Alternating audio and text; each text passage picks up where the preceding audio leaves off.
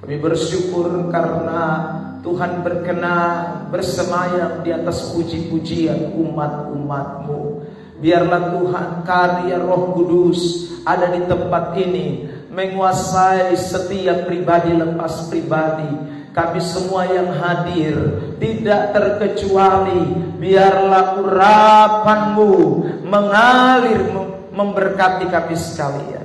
Terima kasih Tuhan, telah tiba saatnya untuk kami sama-sama masuk dalam jam pemberitaan. Tuhan berkenan berbicara, nyatakan pesan maksud-Mu buat kami, sehingga kami semua yang hadir pagi hari ini, oleh firman itu kami dikuatkan, oleh firman itu kami diberkati, oleh firman itu kami mengalami sesuatu di dalam hidup kami. Ada perubahan, ada transformasi, ada kegerakan yang Tuhan boleh kerjakan dalam setiap pribadi lepas pribadi. Layakkan kami semua, kuduskan, sucikan kami, supaya dosa tidak menjadi penghalang untuk kami menerima berkat-berkat Tuhan. Terima kasih Tuhan, segala puji hormat hanya bagi Kristus. Hati kami terbuka bagi firman. Bicaralah di dalam nama Tuhan Yesus Kristus. Kami sudah berdoa kepada Bapa di sorga. Semua kita yang siap diberkati, bersama-sama kita katakan amin. Mari kita berikan tepuk tangan yang terbaik. Silakan duduk. Tuhan berkati kita semua yang hadir pada pagi hari ini. Baik, Bapak Mama, saudara sekalian yang dikasihi oleh Tuhan, kita akan melanjutkan pembahasan kita tentang tema yaitu The Heaven Like. Kita akan memperhatikan kembali pada kesempatan hari ini. Saudara yang terkasih dalam Tuhan, The Heavenly Light atau cahaya surgawi yang kita sudah bahas pada minggu yang lalu, bagian yang pertama. Hari ini kita akan kembali untuk memperhatikan bagian firman Tuhan ini, saudara.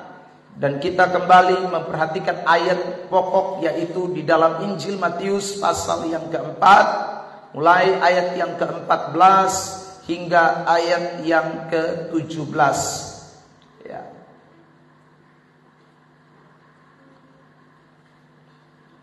Kita akan perhatikan, saudara yang terkasih di dalam Tuhan, bagian firman Tuhan ini. Dan saya mengajak untuk kita semua akan membaca teks ini bersaut-sahutan. Mulai ayat 12 ya. Saya terlebih dahulu, lalu diikuti oleh Bapak Ibu Saudara sekalian. Tetapi waktu Yesus mendengar bahwa Yohanes telah ditangkap, menyingkirlah ia ke Galilea.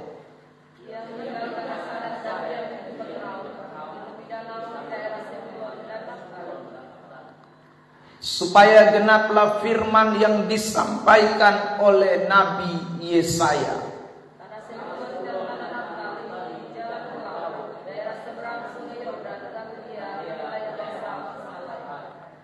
Bangsa yang diam dalam kegelapan telah melihat terang yang besar, dan bagi mereka yang diam di negeri yang dinaungi maut telah terbit terang. 17.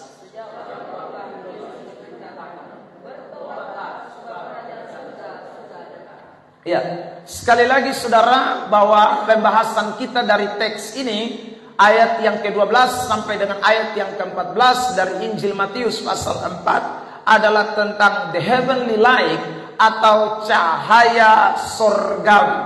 Saudara, mengapa saya berikan tema cahaya sorgawi? Dari kata ini, terang yang besar, atau kata terbit terang. Terang di sini, saudaraku, tidak bicara soal terang yang datangnya dari dunia ini atau terang yang bersumber dari dunia ini, tetapi terang ini sumbernya dari sorga atau a heavenly light, sesuatu yang datangnya dari sorga, cahaya sorgawi. Nah, saudara yang terkasih di dalam Tuhan Yesus Kristus, cahaya sorgawi ini tentu berbicara tentang kualitas dari terang itu, yang menunjukkan bahwa terang ini tidak bisa dibandingkan dengan terang yang manapun di dalam dunia ini. tidak bisa dibandingkan dengan matahari, tidak bisa dibandingkan dengan bulan, bintang, benda-benda penerang yang lain, termasuk saudara lampu-lampu yang kita punya di rumah, itu tidak bisa dibandingkan dengan ini terang. Mengapa demikian?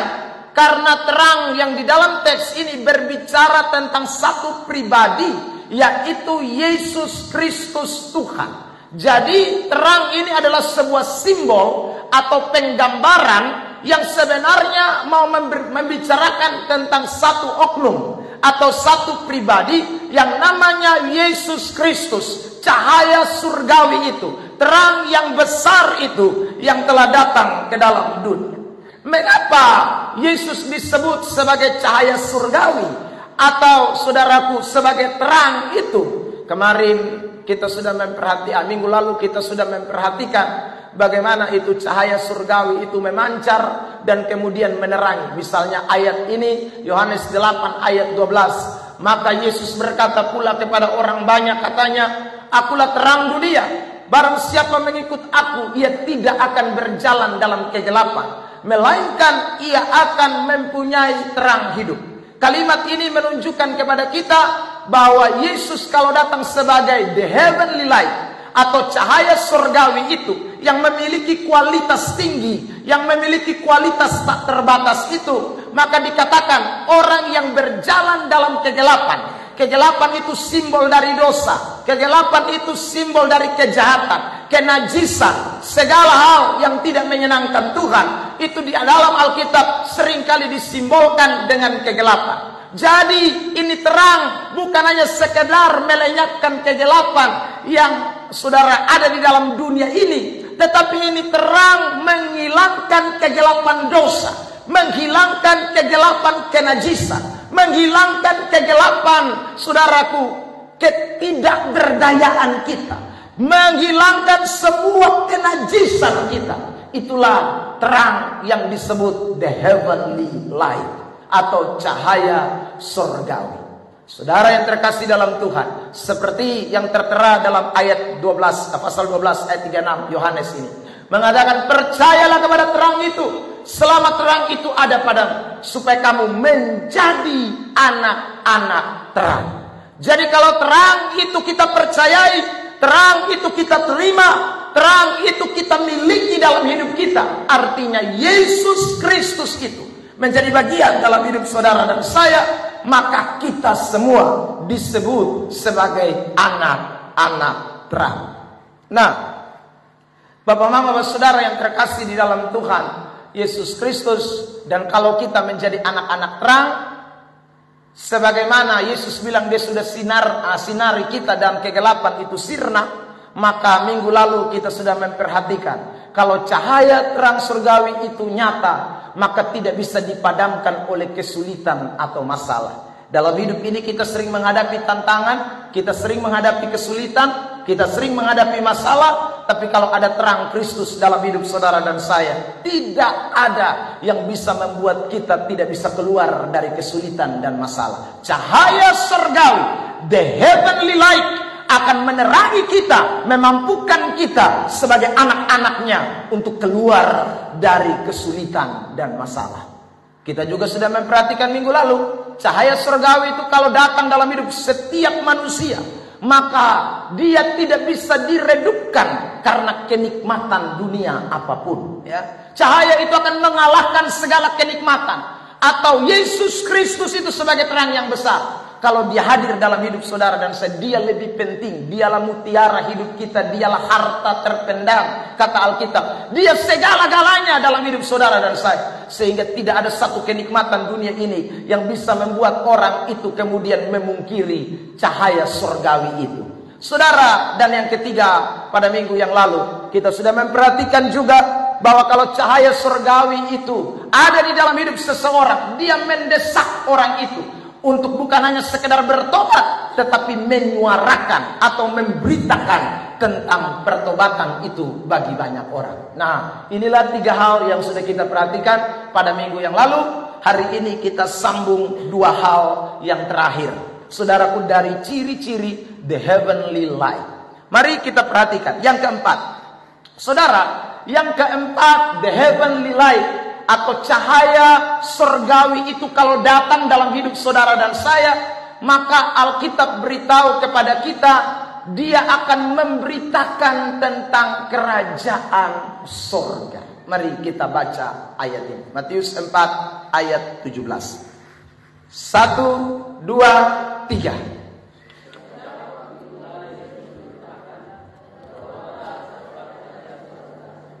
Bertobatlah, sebab kerajaan sorga sudah dekat. Sejak terang itu datang, sejak the heaven light itu bersinar, sejak cahaya terang itu menyelimuti dunia, sejak cahaya terang itu membongkar segala dosa, pertobatan terjadi, maka ayat itu berkata dengan jelas, bukan hanya saja tentang berita pertobatan, tetapi teks firman Tuhan mengatakan kepada kita, kerajaan sorga sudah dekat. Jadi berita pertobatan di dalam Kristus Yesus itu selalu dikaitkan dengan yang namanya kerajaan Allah. Pertobatan di dalam cahaya terang, pertobatan di dalam, saudaraku, terang kebenaran, terang Kristus, itu selalu berkaitan erat dengan kerajaan Allah. Nah, saudara yang terkasih dalam Tuhan, karena itu orang kalau terima the heavenly light atau cahaya surgawi, maka orang itu pasti akan mengalami yang namanya kerajaan surga ada di dalam hidupnya. Dia akan mengalami kerajaan surga di dalam hidupnya. Nah, saudara yang terkasih di dalam Tuhan, kerajaan surga di sini bukan hanya bicara soal tempat. Dalam bahasa Yunani ditulis dengan kata basilea, yang artinya kekuatan, kekuasaan, kedudukan kerajaan Allah, atau the power of royal. Jadi saudara yang terkasih dalam Tuhan, ketika bicara soal kerajaan sorga, kita tidak hanya bicara soal sebuah tempat, sebuah suasana, tapi ketika kita bicara soal kerajaan Allah, kita bicara soal the power of royal, kekuatan kerajaan, kuasa kerajaan. Jadi kalau saudara orang menerima the heaven light, kalau orang menerima cahaya surgawi, maka orang itu akan diberi kuasa kerajaan Allah. Dia akan memiliki the power of royal. Dia akan memiliki kekuatan yang datangnya bukan dari dunia, tapi dia memiliki kekuatan yang datangnya dari kerajaan Allah. Beri tepuk tangan terbaik buat Tuhan Yesus. Ada amin. Nah, ini yang saya senang dari saudara, the heavenly light. Karena Tuhan tidak menjanjikan nanti baru lu masuk surga, tapi sejak sekarang dia sudah berkata kepada kita, terima kuasa kerajaan Allah. Dia berkata kepada kita, terima kekuatan kerajaan Allah. Dia berkata kepada kita untuk menerima itu the power of royal. Saudara terkasih dalam Tuhan, wah ini luar biasa. Ya, saudara, makanya kita butuh cahaya surgawi. Ya, kita butuh yang namanya terang Kristus. Kita butuh terang besar. Sebab tanpa terang besar kita tidak memiliki kekuatan. Tanpa terang besar kita tidak mempunyai kuasa. Saudara yang terkasih, ya, kalau terang dunia yang menyinari kita, sama ke saya ini, mulai bakar ingat ini, ya, saudara. Ya, yang ada susah ya saudara, kalau terang dunia yang kasih sinar sama kita ini bukan kita tambah kuat, tambah loyo. Ya, karena lu mau urus kipas kok, lu mau urus lap keringat kok, pokoknya semua serba salah habis kalau panas begini nih saudara. Ya, ini AC dong tertawa, bakar mana kok? Ya saudara. Nah, ingat baik-baik. Makanya kita hidup di tengah-tengah dunia yang panas model begini nih, ya. Saudara, sampai ada orang bilang, kan sekarang panas ini sampai naik 37, 38 derajat. Dan diperkirakan tahun depan itu bisa naik sampai 40 derajat. Ya, pemanasan global ini. Saudara, sampai ada yang bilang begini, Bapak, lama-lama orang sontakku masuk neraka lah. Kau belajar panas di bumi. Ya, saudara, kau sampai 40 derajat tuh, itu bukan main-main. Dulu tuh pernah naik 35 satu. Waktu itu sudah lalu panas bagi kita dulu. Tapi sekarang tahun ini naik sampai 37, 38 derajat Celcius. Bahkan diperkirakan 2000 nanti 24 ke depan tuh bisa naik sampai 40 derajat. Itu kau bisa bayangkan, saudara. Saya yang kurus kerempeng bisa keringat, apa lagi, saudara. Yang badan besar, waduh itu lebih parah lagi, panasnya terlalu mengerikan. Saudara, kipas semua AC hampir son mampan yang betong pun keadaan sekarang. Nah saudara, ini pemanasan yang terjadi. Tapi saudara, di tengah-tengah pemanasan yang terjadi juga ada begitu banyak persoalan yang datang, konflik yang datang, dan berbagai macam hal terjadi dalam hidup ini, saudara. Nah, kita butuh yang namanya sinar sorgawi. Kalau sinar sorgawi itu datang, the power of royal. Dia memberikan kekuatan sorga.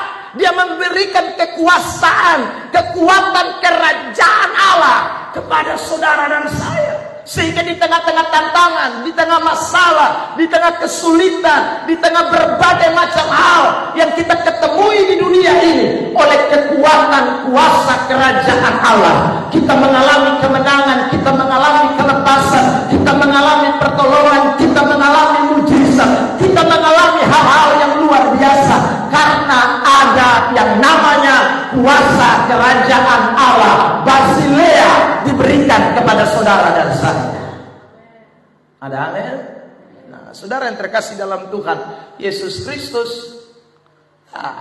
Jadi kita di dunia ini, kita mengalami dulu baru kita bisa beritakan kuasa tentang kerajaan Allah, kekuatan kerajaan Allah di dalam hidup kita. Kalau kita tidak mengalami kuasa dan kekuatan kerajaan Allah, bagaimana kita bisa menyaksikan kepada orang lain tentang, saudaraku, kerajaan Allah itu di dalam hidup kita? Karena kerajaan Allah bukan hanya soal tempat. Kerajaan Allah bukan hanya soal kondisi. Kerajaan Allah bukan hanya sekedar situasi. Tapi kerajaan Allah bicara soal kekuatan. Ada kuasa di dalam kerajaan Allah. Lihat, saya tunjukkan ayat ini. Mari, 1 Korintus 4:20. Jemaat, sama-sama. 1, 2, 3.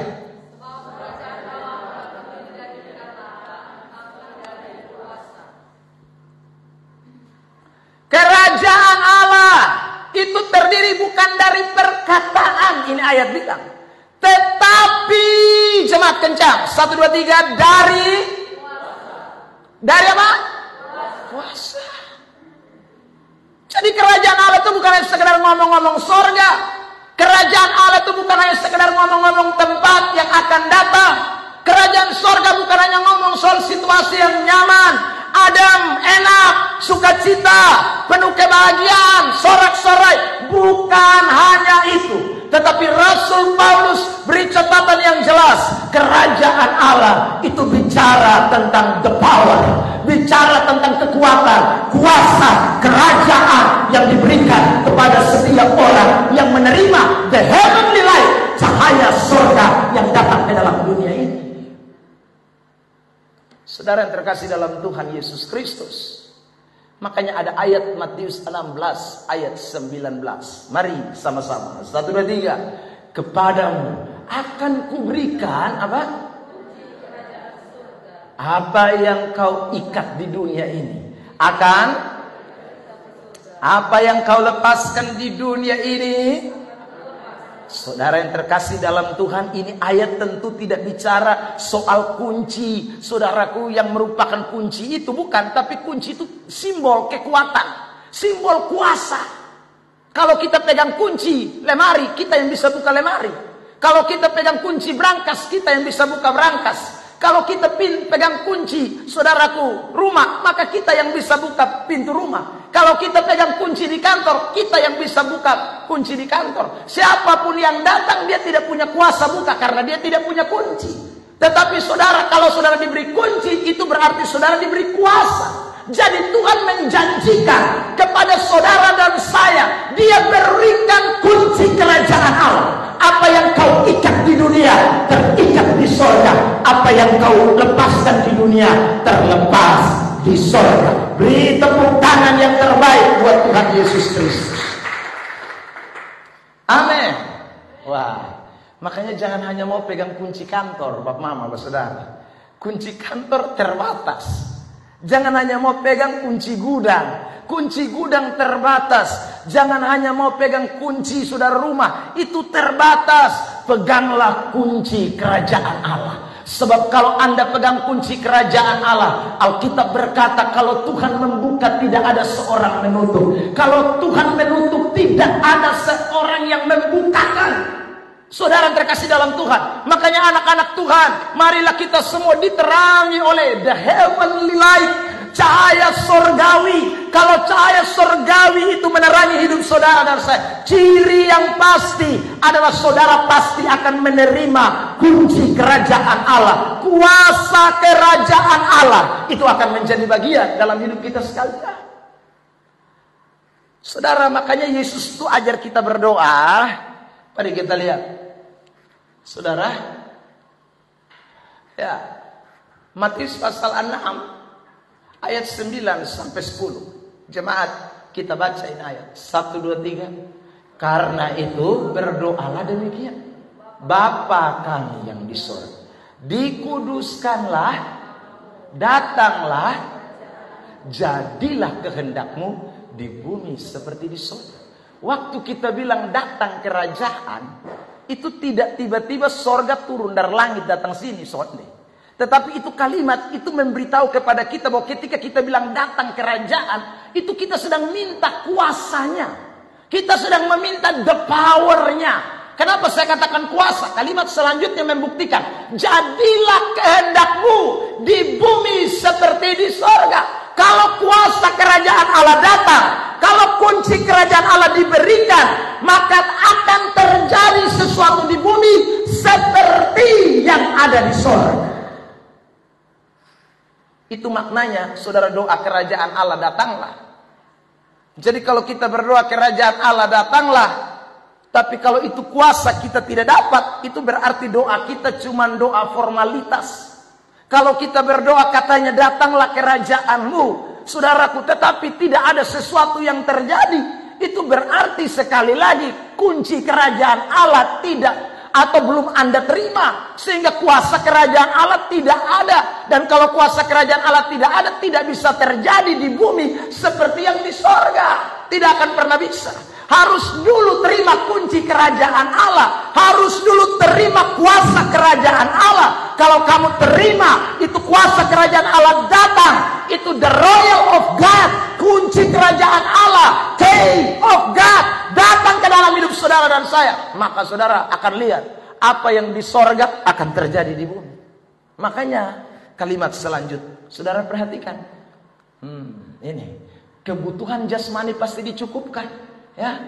Mari kita baca Matius 6 ayat 11. 1, 2, 3. Berikanlah kami pada hari ini makanan kami yang secukupnya. Kalau tidak ada kunci kerajaan Allah, berdoa, Bapa kami di sorga, datanglah kerajaanmu, jadilah kehendakmu di bumi seperti di sorga. Berilah kami pada hari ini makanan kami yang secukupnya. Tetap kukos dia terus, kuah kosong terus. Kenapa ya? Karena kunci kerajaan Allah tidak ada.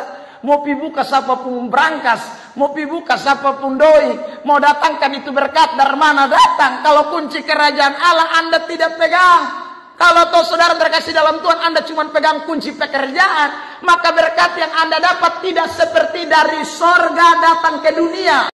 Berkat yang dari sorga itu yang dari mana? Lihat Yakobus pasal 1 ayat 17. Tampilkan tuh ayat. Yakobus pasal 1 ayat 17. Jemaat, jangan dapat berkat yang dari dunia. Kalau dapat berkat dari dunia itu berkat yang sementara, berkat yang gampang habis, berkat yang sabantar hilang, berkat yang berubah sabantar saudaraku mengalami pertukaran, bisa itu bayangan. Itu Alkitab bilang. Yakobus 1 ayat 17. Kasih gelap supaya kita bisa baca. Yakobus 1 ayat 17. Yakobus 1 ayat 17. Ya, bersama 1, 2, 3. Setiap pemberian yang baik dan setiap anugerah yang sempurna Datangnya dari mana? Diturunkan dari mana? Segala terang. Diturunkan dari sana. Lalu ayat itu bilang 1, 2, 3. Padanya tidak ada perubahan atau bayangan karena pertukaran. Jadi saudara yang terkasih dalam Tuhan, kalau saudara terima pemberian dari Tuhan atau berkat yang dari Tuhan, itu tidak bisa, saudaraku, dia mengalami perubahan, tidak bisa mengalami pertukaran, tidak bisa. Tadi malam saya khotbah syukur di Maulapa. Saudara, kebetulan yang punya persekutuan ini adalah seorang polisi. Jadi saya tanya, "Kemana kok sampai ini persekutuan bisa berdiri di Pak Puruman?" Beta tanya dia. Lalu kemudian dia cerita, "Bapak, beta pun bapak ini dulu tugas di Amfoang tuh tahun 80-an jadi guru." Ya. Tahu-tahu di dalam perjalanan waktu Bapak tua mengalami perjumpaan dengan Tuhan.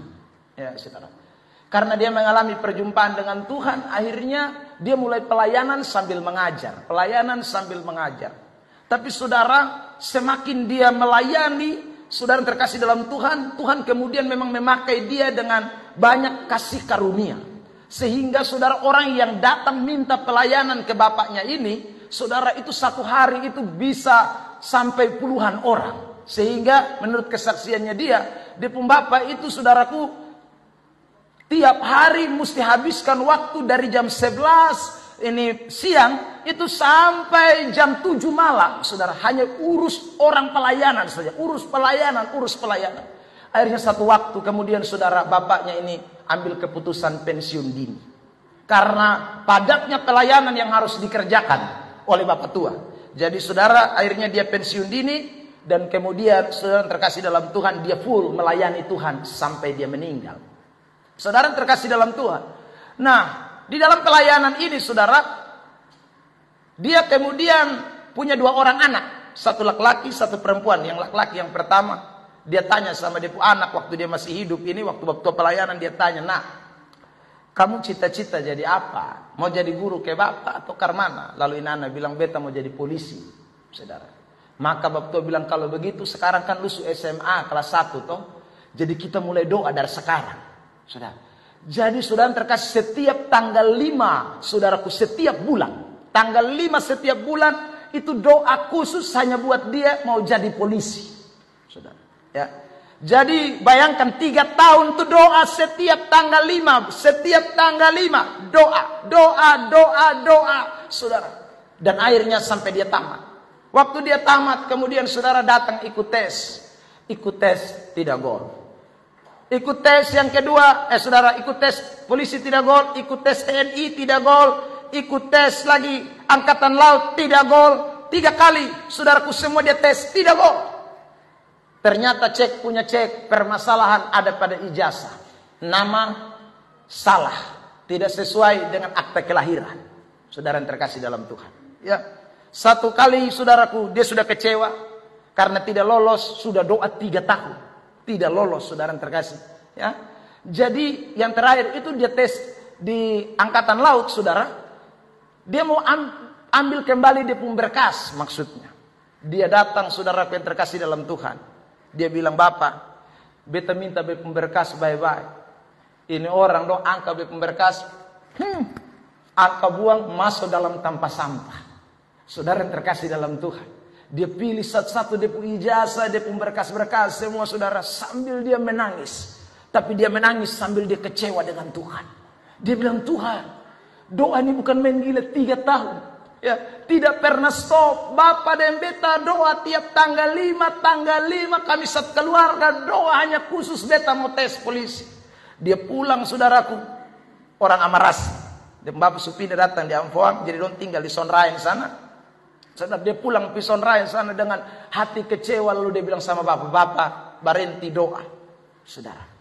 Lalu Bapak bilang begini, "Kalau itu hari keton doa 1 bulan 1 kali, selama 3 tahun, Tuhan tidak jawab. Maka hari ini kita mulai doa tiap hari.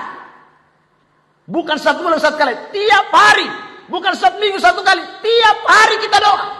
Jadi saudara, dia cerita tadi malam, dia bilang, saudara terkasih dalam Tuhan, tiap hari hanya urus doa mau tes polisi. Urus doa. Dia pun bilang tidak boleh berhenti. Doa sampai nanti pembukaan tes. Tiap hari berdoa. Dan saudara, akhirnya tes yang kedua dia lolos. Saudara, dia lolos. Ya, saudara yang terkasih dalam Tuhan, setelah mereka berdoa, mau datang tes. Dia Bapak bilang, lu jangan bawa lain-lain. Alkitab itu yang taruh di lupung tas. Berangkat dari Sonrain menuju ke Kupang. Saudara, tahun 2013. Saudara yang terkasih dalam Tuhan, dia ikut di Bapak omong, sudah semua. Sekarang dia bawa Alkitab. Saudara, sampai dia baca saudara. Saudara yang terkasih, 1 bulan sebelum dia tamat dari pendidikan, dia pun Bapak dipanggil Tuhan. Saudara yang terkasih dalam Tuhan, dia tambah kecewa lagi. Dan Tuhan, polisi sudah, kenapa panggil pulang bepum Bapak? Jadi polisi ini karena bepum Bapak pergumulan dan beta tiap hari. 3 tahun tambah beta pun Bapak setiap hari bergumul setelah beta sana lulus. Dia rasa Tuhan, padahal dia cita-cita. Kalau beta selesai dari SPN, hal yang pertama beta lakukan adalah beta pulang beli beras 1 kilo, ayam 1 ekor, lalu beta potong dan makan dan beta pun Bapak. Itu paling pertama yang dia cita-cita. Tapi saudara, 1 bulan sebelum dia menyelesaikan studi di SPN Kupang, dia pun Bapak dipanggil Tuhan. Dia rasa kayak mau gila di SPN. Saudara terkasih dalam Tuhan. Ya, saudara. Tapi Tuhan itu punya rencana di balik semuanya itu. Ya. Tuhan punya maksud. Saudara yang terkasih dalam Tuhan Yesus Kristus. Ya. Jadi tidak ada orang Kristen yang berdoa, saudaraku, dengan kuasa kerajaan Allah, lalu doanya tidak dikabulkan oleh Tuhan.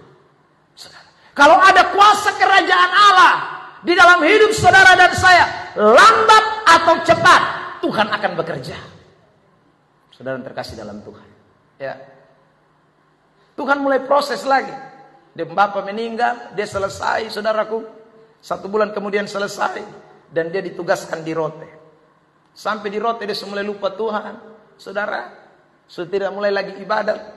Ya, sudah tidak lagi setia seperti dulu. Lalu saudara terkasih dalam Tuhan, Tuhan pertemukan dia dengan seorang wanita.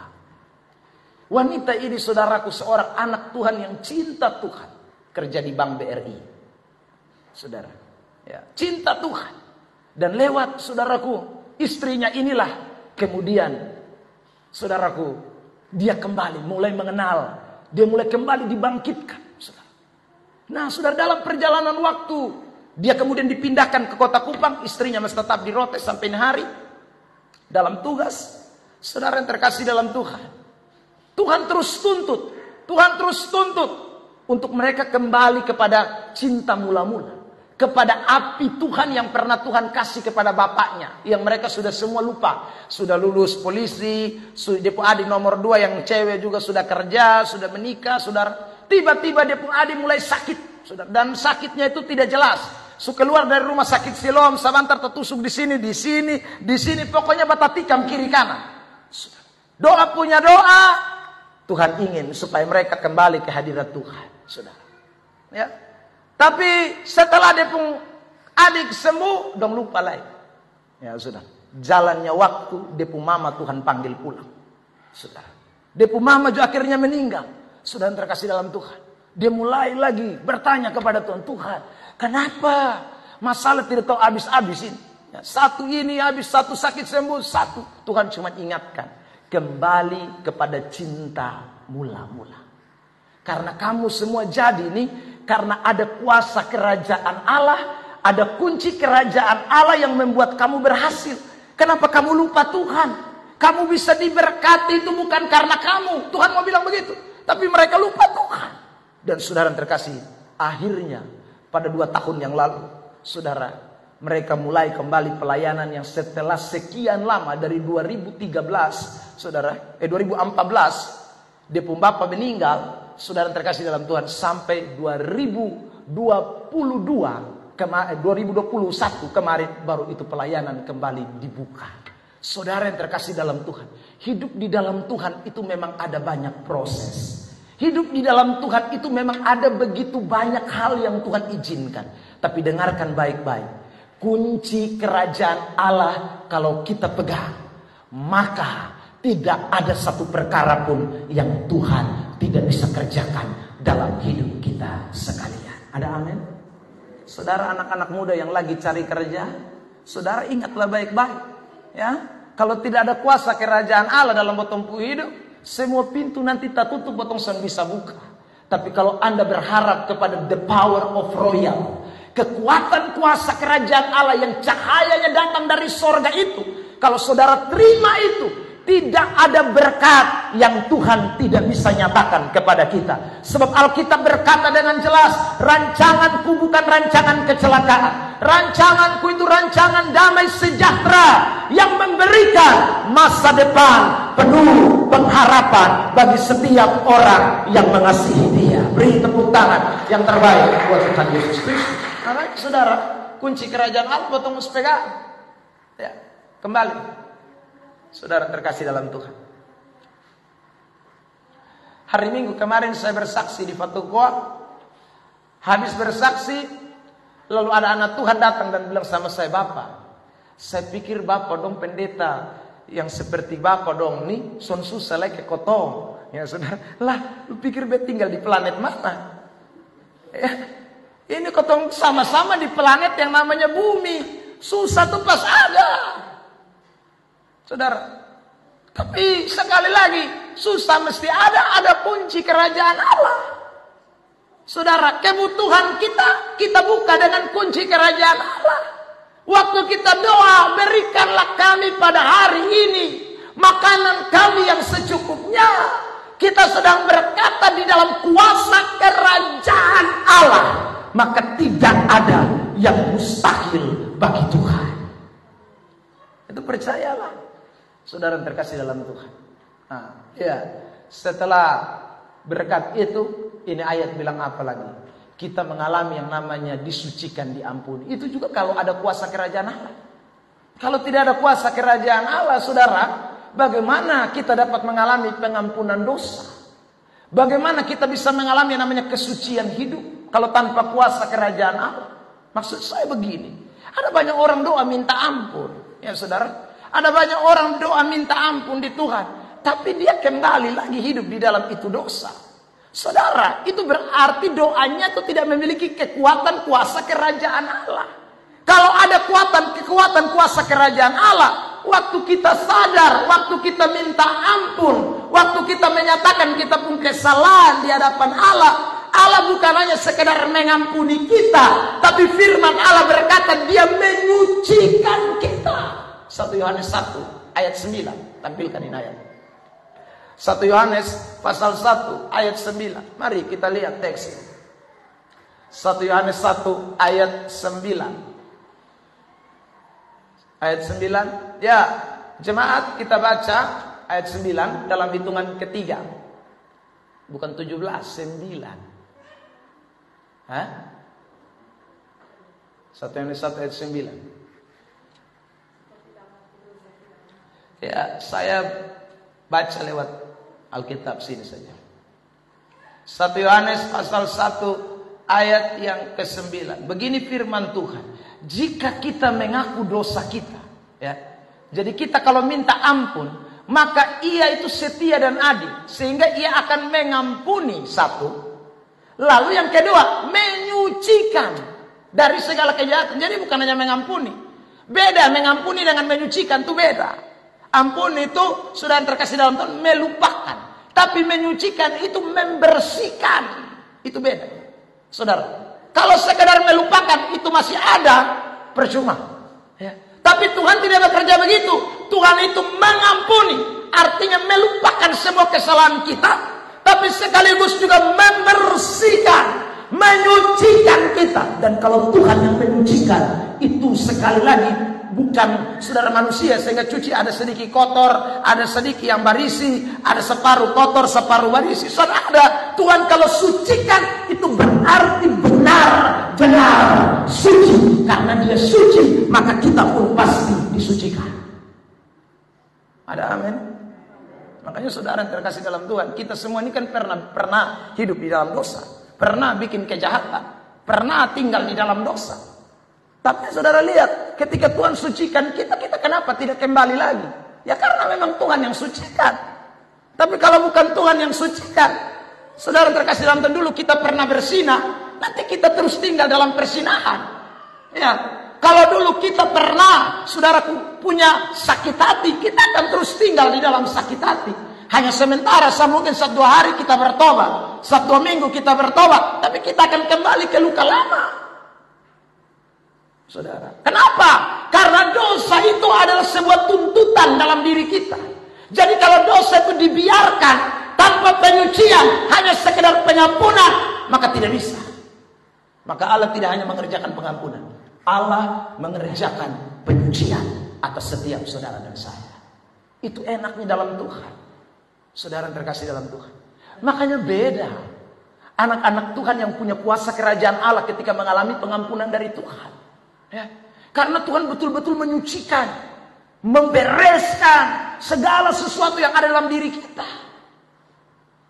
Kembali ke slide kita, saudara. Nanti lebih lengkap lagi di bagian terakhir ya.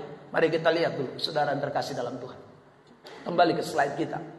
Ya, setelah dia menyucikan kita, dia lepaskan kita dari segala jahat. Nah, ini lihat, makanya ada kalimat di ayat yang ke-13.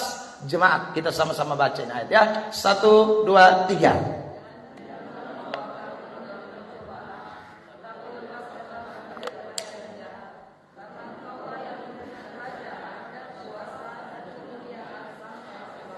Saudara lihat, dia lepaskan kita dari yang jahat. Kenapa? Karena engkaulah yang mempunyai kerajaan dan kuasa dan kemuliaan sampai selama-lamanya. Dan itu engkau berikan kepada kami. Saudara yang terkasih dalam Tuhan. Jadi tidak mungkin kita akan kembali ke hidup lama. Karena Tuhan pasti lepaskan kita. Itu kuasa kerajaan Allah. Saudara, dosa memang mau ingatkan kita kepada masa lalu kita. Dosa memang mau, saudaraku, ingatkan kita kepada hal-hal yang kita biasa lakukan dulu. Itu cara kerja dosa dan cara kerja setan. Tapi Tuhan akan membawa kita keluar dari situ. Tuhan lepaskan kita dari situ. Sehingga kita tidak mau lagi ada dalam kubangan dosa. Kita tidak mau lagi bermain di dalam dosa. Kita tidak suka lagi dengan dosa. Itu karena ada kerja kunci kerajaan Allah. Tidak ada kunci kerajaan Allah. Lu mau usaha mati mampus, akan kembali lagi. Saudara terkasih dalam Tuhan, ini ingat Bapak ini kata. Ya.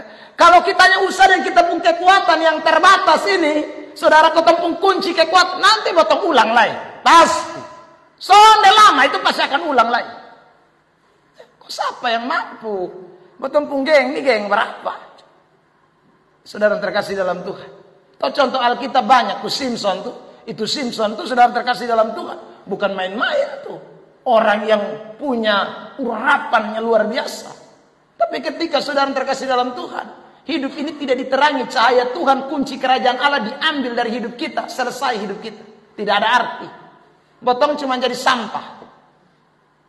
Ya.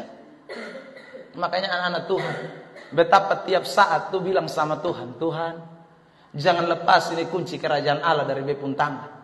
Saudara, jangan. Sebab ini kunci kerajaan Allah. Kalau son ada nih beta, son bisa jadi apa-apa. Saudara, berkat hilang, pengampunan tidak sempurna. Saudara, dalam artian yang tadi saya katakan, karena bukan Kristus yang bekerja dalam hidup kita, ya, tapi karena imajinasi kita semata yang berpikir bahwa Tuhan sudah mengampuni dosa kita, padahal sebenarnya tidak. Karena tidak ada kesucian, tidak ada penyucian dalam hidup kita sekalian. Hidup begitu-begitu terus. Saudara yang terkasih dalam Tuhan. Nah itu kita tidak boleh lupakan dalam hidup kita sekalian. Makanya betapa penting kuasa kerajaan Allah. Lihat saudara, Lukas 11 ayat 20. Sama-sama kita baca. Tetapi jika aku mengusir setan dengan kuasa Allah, maka jadi kalau setan suka keluar dari dalam kita hidup, baru itu kerajaan Allah datang. Kunci kerajaan Allah kita miliki. Kalau setan masih ada di sini, setan dosa masih ada di sini, kunci sudah bisa dapat. Tidak bisa. Saudara. Jadi itu Tuhan yang usir keluar. Cahaya terang Tuhan datang. Kegelapan sirna. baru kerajaannya datang dalam hidup kita sekalian. Itu kunci kerajaan Allah. Itulah kuasa the heaven like. Saudara, the heavenly like menjadikan kita orang yang memiliki kuasa kerajaan Allah. Tidak ada satu perkara pun yang mustahil kalau ada yang namanya the heavenly light. Pasti saudara, ada kekuatan, ada kuasa Tuhan yang mengalir dalam hidup saudara dan saya. Ya.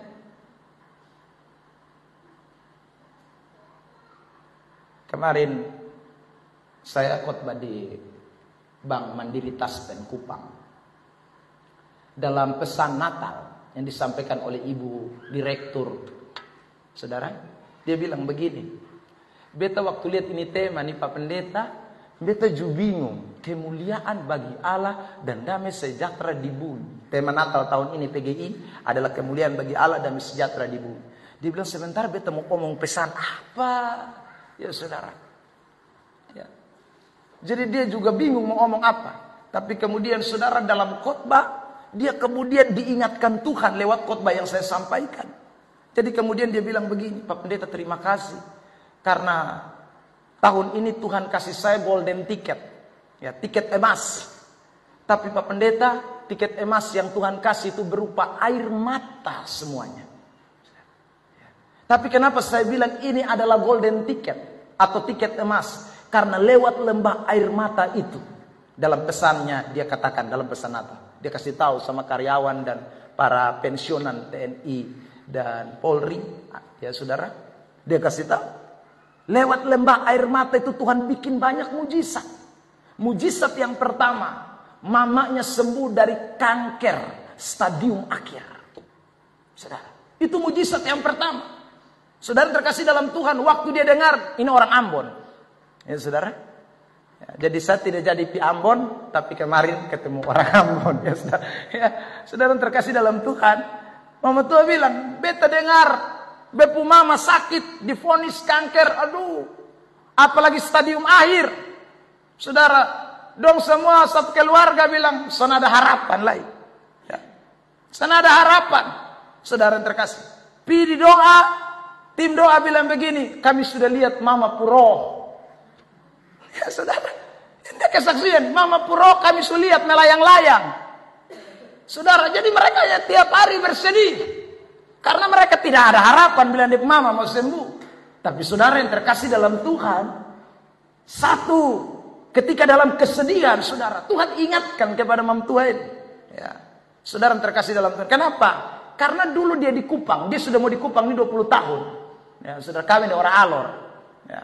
Saudara terkasih dalam Tuhan, Tuhan dibawa dia pindah untuk jadi kepala cabang di Mandiri Taspen di Ambon.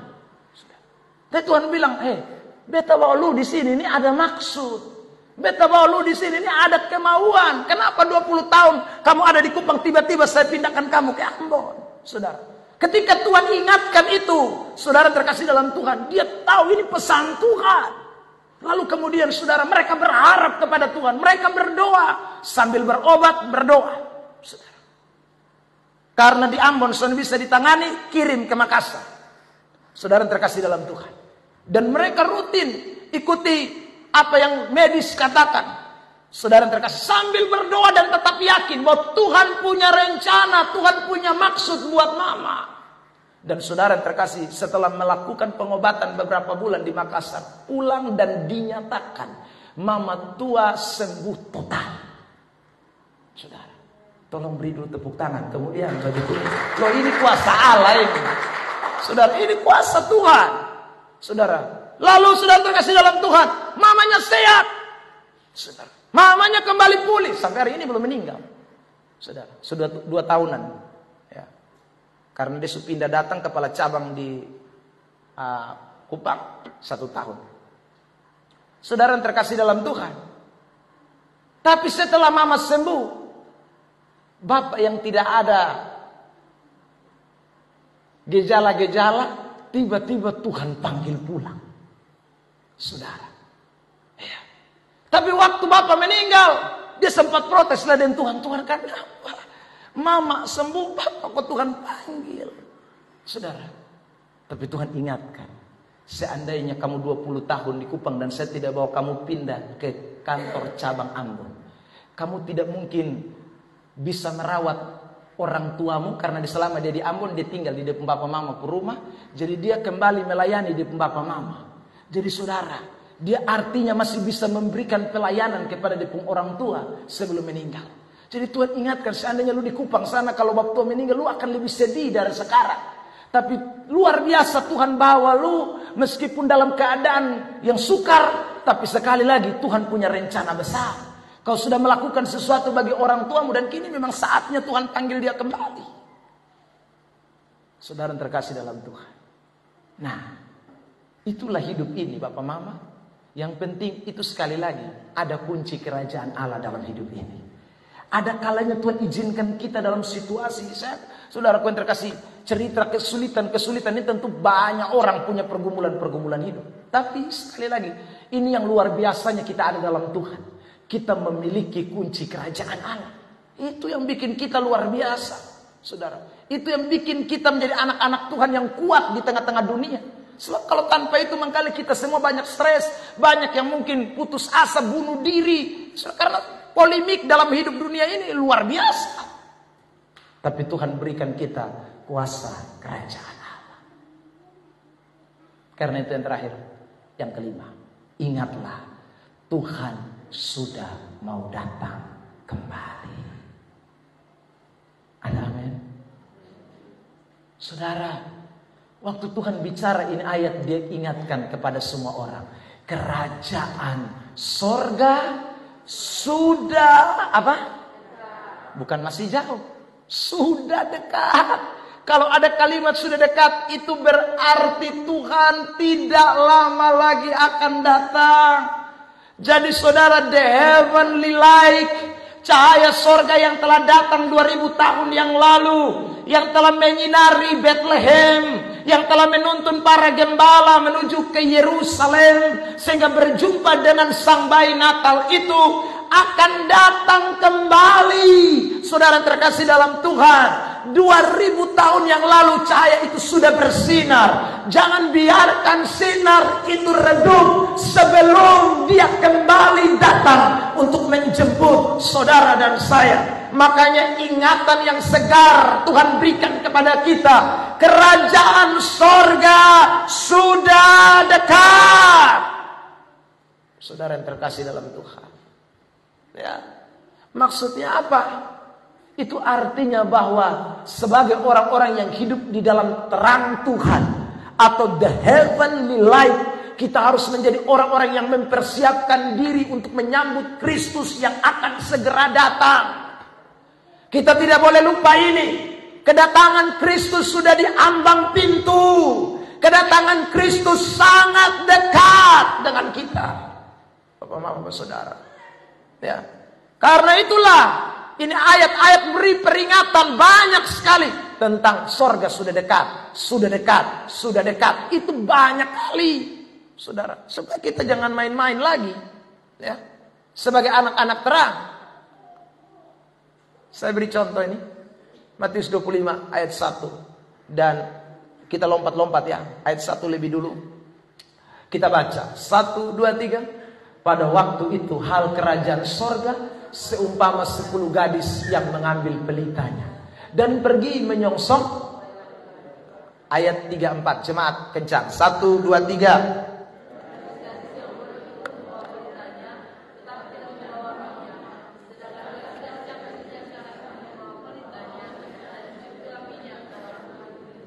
Saudara, ada 2 gadis yang diberikan perumpamaan dalam ayat ini. Satu bawa pelita tapi tidak bawa minyak. Ini artinya dia tidak jaga ini terang. Dia tidak siap untuk pelita tetap menyala. Dia tidak perhatikan tentang cahaya yang bersinar di dalam dirinya. Dia tidak perhatikan. Sudah. Tapi ada satu wanita lain, 5 wanita lain atau 5 gadis bijak yang dikatakan dalam ayat 4 itu, mereka bawa pelita tapi juga bawa minyak di dalam buli-buli. Itu artinya mereka terus siap sedia supaya ini terang tidak boleh padam. Ini cahaya mesti tetap bersinar. Ini cahaya mesti tetap menyala. Kenapa mereka lakukan ini sebagai 5 gadis yang bijak? Karena mereka tahu akan datang mempelai laki-laki, akan datang sumber cahaya itu, akan datang the heavenly light, cahaya sorga itu akan datang. Karena itu mereka tidak boleh padam. Ini pelita, ini tidak boleh padam sampai mempelai itu datang. Mereka siap. Saudara terkasih dalam Tuhan, saya ulang, tapi ada banyak orang Kristen hari-hari ini ambil pilihan 5 gadis bodoh, pikir Tuhan masih lama, jadi dia tidak siap sedia. Lampunya sebentar menyala, mati, menyala, mati, menyala, mati. Wah, ini berat ini, saudara terkasih dalam Tuhan. Ya, Tuhan tidak lama lagi datang. Lihat ayat selanjutnya, ayat 6. 1, 2, 3. Waktu tengah malam terdengarlah suara orang berseru satu kencang, mempelai datang, song-songlah. Ih, baru kaget. 5 gadis bodoh kaget bangun datang. Inana mati. Ya, sudah. Kalau 5 gadis itu adalah orang bolok, inalo, ya sudah. Ha itu, inalo. Maet Sonia apa ya gitu. Itu sudah. Mau cari minyak di mana? Nah, dan terkasih. Tapi kalau kita gadis yang bijak, Tuhan datang kapan sah? Saya punya pelita tetap menyala. Amin. Saudara terkasih dalam Tuhan, ingat Tuhan semua datang, Tuhan semua datang, Tuhan semua datang. Jangan sampai saya ulang kita 5 gadis bodoh, nanti kita menyesal, ya. Karena waktu itu tidak akan lagi ada kesempatan. Pintu sudah ditutup, ayat 7 dan seterusnya nanti ke saudara baca, ya. Mempelai datang, dia langsung tutup pintu, dia tidak ada buka tutup. Lupi itu hilang terus, saudara. Dia tutup pintu, artinya kesempatan tidak ada lagi. Persiapan kedatangan Tuhan itu sekarang, bukan nanti. Kalau mau siap sekarang, karena itu jauh-jauh hari Tuhan sudah ngomong sama kita, kerajaan sorga sudah dekat. Tidak ada ayat bilang kerajaan sorga masih jauh. Tuhan sudah dekat. Aku datang, mempelai datang, song-song dia. Saudara terkasih dalam Tuhan. Tapi banyak orang kan malas tahu. Makanya kitab Wahyu bilang begini. Mari kita lihat. 22 ayat 11. Jemaat, 1, 2, 3. Barang siapa yang berbuat jahat, biarlah ia terus berbuat jahat. Barang siapa yang cemar, biarlah ia terus cemar. Dan barang siapa yang benar, biarlah ia terus benar. Kebenaran, terus berbuat kebenaran. Barang siapa yang kudus, biarlah ia terus menguduskan diri. Ini bicara 2 kelompok tadi. 5 gadis bodoh akan malas tahu, jadi jahat terus, ya. Yang 5 gadis bodoh akan cemar terus. 5 gadis bodoh akan terus buat kejahatan terus, hidup dalam dosa terus. Tapi yang gadis bijak, dia akan siap diri toh, jadi benar terus, hidup dalam kekudusan terus, hidup dalam kebenaran terus. Lihat ayat selanjutnya, karena dia tahu ini. Ayat 12. 1, 2, 3. Sesungguhnya aku datang segera, dan aku membawa upahku untuk membalaskan kepada setiap orang menurut perbuatan. Jadi kalau kita tahu Tuhan semua datang, tinggal pilih mau bodoh atau bijak. Ya, saudara, kalau bodoh ya main terus dosa. Monggo, ya saudara. Itu ayat seolah-olah bilang monggo. Lanjut, terus, jahat, terus, cemar, terus. Ada kata terus toh. Itu jelasin. Terus, karena memang dia tidak bijak. Saudara, dia memang tidak awas diri. Dia memang tidak siapkan pelita. Tidak bisa, saudara terkasih dalam Tuhan. Tapi orang kalau siap pelita, sama ke 5 gadis bodoh. Dia mau tiap hari baik, tiap hari benar, tiap hari kudus, tiap hari suci. Itu Tuhan cuma. Ya, ini Natal 2023. Apakah 2024 masih ada Natal? Aku pun tak tahu. Tetapi yang pasti Tuhan tidak lama lagi datang. Saudara, jadilah tukang parkir di dunia ini. Jangan jadi bos di dunia ini. Apa beda tukang parkir dengan bos? Saudara, tukang parkir itu, saudara, waktu dia parkir mobil, parkir motor, dia tidak pernah bilang begini, Puji Tuhan. Karena oto saya Avanza ada, Mobilio ada, motor Mio ada, Yamaha ada, Honda ada, Scoopy ada, semua ada. Dia tidak pernah bilang begitu karena dia tukang parkir. Saudara. Begitu juga ketika itu motor, mobil tuannya datang lalu naik bawa pergi. Saudaraku, tukang parkir tidak pernah menangis lalu, aduh, bepung oto Avanza sudah jalan. Bepung Innova sudah jalan. Dia sampai pernah menangis. Saudara, kenapa? Karena dia cuman tukang parkir. Dengar baik-baik, saudara. Hidup di dunia ini semua hanya titipan. Anda dan saya ini hanya ibarat tukang parkir. Bosnya siapa? Yang di atas. Kalau dia mau ambil semua, tidak ada yang bisa halang, tidak ada yang bisa palang. Waktu Anda pergi ambil mobilmu di tempat parkir, tukang parkir bilang, "Hei, jangan ambil, itu saya punya." Saudara, itu tukang parkir cari gara-gara. Ya, saudara. Itu dia cari gara-gara. Saudara terkasih dalam Tuhan, kita ini cuma tukang parkir di dunia ini. Yang saat dimana kalau bos datang, tidak ada satu bisa palang. Tidak ada. Saudara, dia kalau mau datang dia ambil semua, tidak ada yang bisa cegah. Tidak ada. Karena itu jangan bikin diri sama ke bos. Bikin diri sama ke tukang parkir. Yang hanya jaga bos ubaran. Kalau Tuhan bos kasih kesempatan untuk nikmati, beta nikmati. Kalau bos kasih kesempatan untuk naik tahan, naik tahan. Kalau bos kasih kesempatan untuk tinggal tahan, tinggal tahan. Karena sebentar lagi bos akan datang dan dia minta semua yang kita punya dia ambil kembali. Alkitab berkata dengan jelas, kita datang telanjang, kita pulang tidak bawa apa-apa. Amin. Makanya saudara, jangan bikin itu barang-barang dong. Bikin kita justru jauh dari Tuhan Allah. Hidup susun benar, hidup susun kudus. Jangan. Semua akan potong kesetinggal. Ada apa yang potong akan bawa pulang? Mari potong pikir yang bijak. Seperti itu 5 gadis bijak. Yang sudah pikir kok siap diri babai. Siap diri babai. Kalau Tuhan datang, Tuhan beta siap. Tuhan datang ini malam pun beta siap. Beta ulang lagi. Ini 2023 perayaan Natal, mungkin Tuhan izinkan tanggal 15 beberapa hari lagi kita rayakan. Tapi kita tidak tahu 2024 apakah Tuhan masih izinkan kita. Tapi pesan ini menutup khotbah The Heavenly Like, part yang kedua atau bagian yang kedua. Ya saudara, nanti di Natal kita akan bicara bagian satu lagi bagian tentang The Heavenly Like. Sudah cahaya terang surga bersinar dalam hidup saudara dan saya. Biarkan itu cahaya jangan pernah redup, saudara. Sampai Tuhan datang kembali yang kedua kali. Saya tutup dengan kesimpulan. Ya saudara, maukah saudara memancarkan terang surgawi yang berkualitas itu? Jika mau, mari sama-sama mau menerobos meskipun di tengah kesulitan. Tinggalkan segala kenyamanan dunia ini demi Kristus dan demi Injil. Milikilah kuasa sorga dan persiapkan diri kita karena waktunya sudah singkat. Tuhan tidak lama lagi datang. Maranatha. Tuhan Yesus berkati kita sekalian. Mari saya undang pemain musik maju ke depan. Firman jadi manusia.